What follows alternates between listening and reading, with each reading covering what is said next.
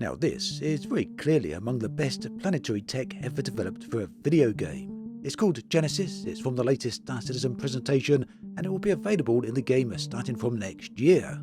As you can see, the tech on display here is very impressive and absolutely gorgeous, I may add.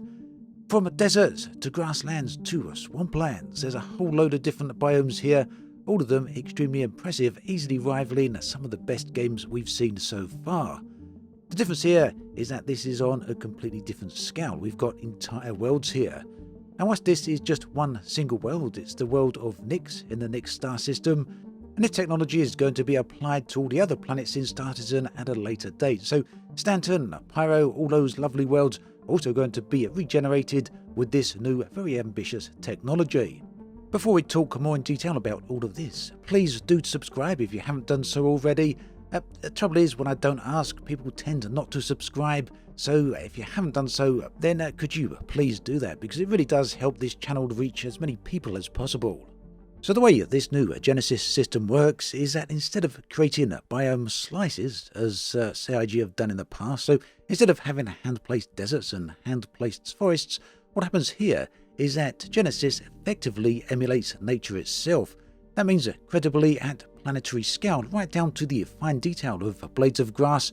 Effectively, it's a shift that addresses prior issues such as visible tiling from altitude, odd biome blending at the edges there, and worlds that felt like interpretations despite looking very, very nice.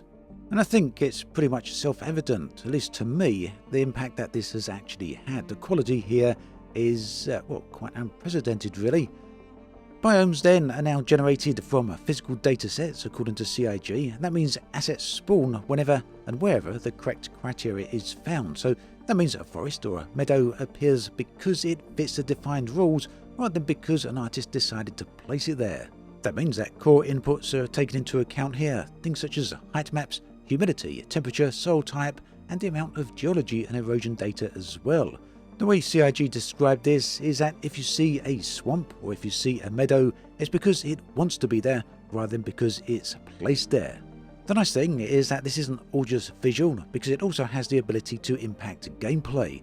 Essentially, if you're looking for something, if you're trying to find elements to mine, for example, you know exactly where to find them because of the relevant terrain and geology. For example, you may look for a specific resource near a cliff edge or maybe among a load of rock scattering. For someone like myself, this is a really nice idea because it feeds into the concept of exploration, and in a very natural way, at least hopefully. For example, you're flying along, you see in the distance a particular rock formation or a particular rise in the landscape, and you suspect that just maybe there could be a specific type of resource there. You head towards it to find out and check for sure. So it seems to me that the idea is more about feeding this into a sense of realism rather than just menu-driven gameplay. At least that would be my hope. Now, another thing I've noticed here is that the planets have taken on somewhat of a different appearance in scale. Now, CIG haven't mentioned that they've actually changed the scale of the planets. One thing that I've particularly noticed is in the orbital images here, the screenshots, the footage taken from up in space.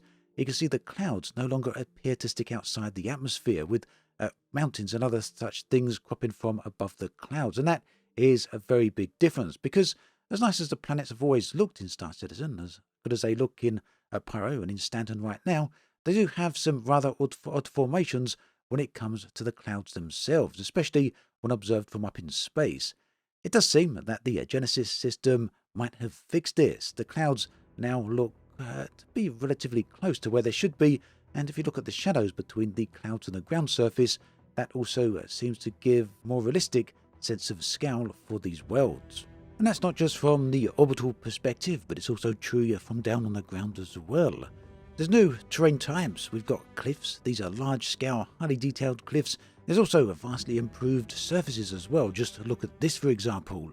Rock scattering is now improved. Rocks should appear in the correct locations rather than just in random locations dotted around the surface. You can rightly imagine then that a lot of different things have gone in under the hood here to make this happen. One of the things that CIG mentioned was a new layer called medium tiles. These are placed on top of the existing 4-kilometer terrain tiles, and they use slopes, soil types, erosion data, and many other such things. And these tiles don't just add height variation, They also inject local erosion information, and this can be both for soil and bedrock. This increases the feature complexity at ground scale and also enables more unique locales across the planet. All of these changes then mean that the orbital appearance is now tightly coupled to what exists on the surface. The same textures and data that colour soil, sand and rock on the ground are also used for the orbital coloration. And yes, that means theoretically and perhaps practically, if all this turns out to actually apply in the live game, it means players will be able to identify features, geologies and other possible points of interest directly from space rather than relying on separate disconnected orbital palettes. Back down on the surface, again we've got those different biomes, forests, grasslands as well as wetlands. These all are populated depending on their biome. So in the forest we've got a lot of trees here, multiple grass species as well, and rock formations. All of these span valleys, plains and meadows, transitioning into wetlands where fresh water starts to appear.